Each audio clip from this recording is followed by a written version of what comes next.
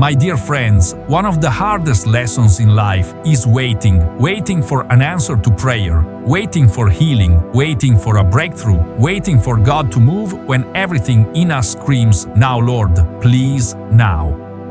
We live in a world of instant results, instant meals, instant communication, instant gratification. But God does not work on our timetable. He is never late, never early, but always right on time. His timing is perfect. Isaiah 55:8-9 reminds us, "For my thoughts are not your thoughts, neither are your ways my ways, declares the Lord. As the heavens are higher than the earth, so are my ways higher than your ways, and my thoughts than your thoughts." Today, let us learn to trust not only in God's power, but in His timing. God's timing is different from ours. 1. The human desire for control. We like to be in control. We plan our days, set our schedules, and want answers quickly. But God often leads us into seasons of waiting, not to frustrate us, but to shape us.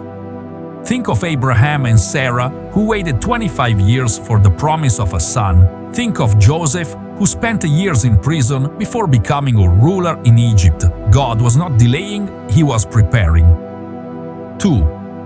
The danger of running ahead. When we rush ahead of God's timing, we often create pain for ourselves. Abraham and Sarah tried to help God by bringing Hagar into the story, and the result was division and heartache. When we refuse to wait, we settle for less than God's best. Second, God's timing reveals His purpose. 1. A God who sees the bigger picture. God is not bound by time the way we are. He sees the beginning and the end at once. He knows what we need today, but also what we will need tomorrow. His timing is not about delay, it is about design.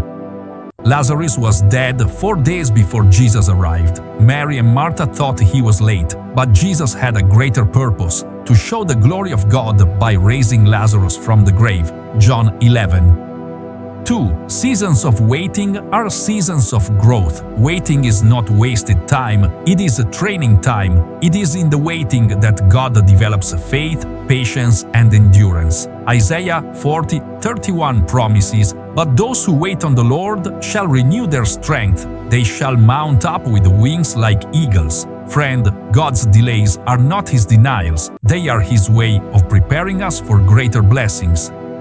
Third, God's timing brings perfect fulfillment. 1. Jesus came at the right time. Galatians 4:4 declares, "But when the set time had fully come, God sent His Son, not too soon, not too late." At just the right time, Christ came into the world. If God orchestrated the perfect timing for the birth of His Son, will He not do the same for your life? 2. His return will be right on time. The Bible also tells us that Jesus will return at the appointed time, not 1 second too early, not 1 second too late. Just as He came once according to God's plan, He will come again according to God's plan. 3. Our call, trust and obey. We may not always understand God's timing, but we are called to trust His heart. He is faithful, He has never failed, and He will not fail you. Conclusion. Friend, maybe you are in a season of waiting right now. You've prayed, you've cried, you've wondered, "Lord, why haven't you answered?" Let me remind you, God is never late. He is never early. He is always right on time. His delays are not punishment, they are preparation. His timing is not random, it is perfect. Proverbs 3:5-6 says, "Trust in the Lord with all your heart and lean not on your own understanding. In all your ways submit to Him, and He will make your paths straight." So wait on Him, trust His timing, and remember, the same God who raised Lazarus, who kept His promise to Abraham, who sent His Son at the perfect time, is the same God who holds your life in His hands. Don't walk this journey alone. Subscribe and stay with us, because every week we share messages that strengthen your faith, encourage your heart, and remind you that God's timing is always perfect. My dear friends, few words are harder to say than "I forgive you." Forgiveness feels unnatural, it feels unfair, it feels impossible when the wound is deep and the betrayal is real. Yet forgiveness is at the very heart of the gospel. We live in a broken world. Families are torn apart, friendships shattered, and hearts wounded because of unforgiveness. The poison of bitterness spreads quietly, stealing peace, joy, and hope. But here is the good news. Jesus Christ offers us a different way. He not only commands us to forgive, He empowers us to forgive. Ephesians 4:32 says, "Be kind and compassionate to one another, forgiving each other just as in Christ God forgave you." Forgiveness is not weakness, forgiveness is power. It sets us free. The need for forgiveness. 1. The weight of unforgiveness. Unforgiveness is like carrying chains on your soul. You may think you are punishing the other person, but in truth, you are imprisoning yourself. Bitterness keeps all the wounds open. Anger keeps you tied to the very pain you want to escape. Hebrews 12:15 warns us not to let a root of bitterness grow because it will poison many. 2. The universal struggle. Every one of us has been hurt, betrayed, or disappointed, and every one of us has also hurt others. That is why forgiveness is not optional, it is essential. Without forgiveness, relationships cannot heal and our hearts cannot find peace. 2. The model of forgiveness. 1. God's forgiveness toward us. The cross is the greatest picture of forgiveness. As Jesus hung on the cross, suffering for sins He never committed, He prayed, "Father, forgive them, for they know not what they do." Luke 23:34. That prayer was not only for the soldiers, but for us. We were the ones who sinned, yet God, in His mercy, forgave us. Romans 5:8 reminds us, "While we were still sinners, Christ died for us." 2. Forgive as you have been forgiven. If God has forgiven us so much, how can we withhold the forgiveness from others?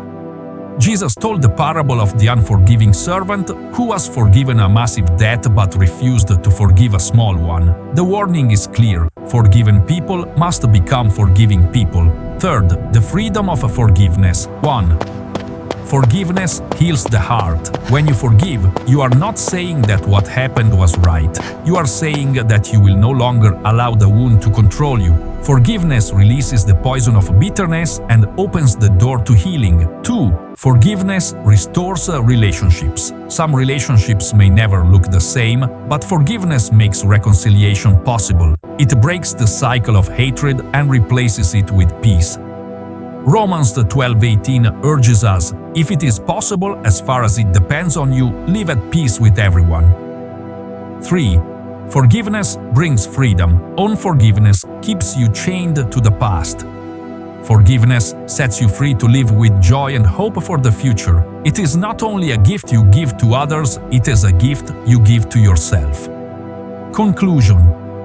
Friend, is there someone you need to forgive today? A family member, a friend, maybe even yourself? Don't carry that burden another day. Bring it to the cross. Jesus has forgiven you fully and freely. Now He invites you to forgive others in His strength. Forgiveness is not easy, but it is possible through Christ. And when you forgive, you will find peace, healing, and freedom.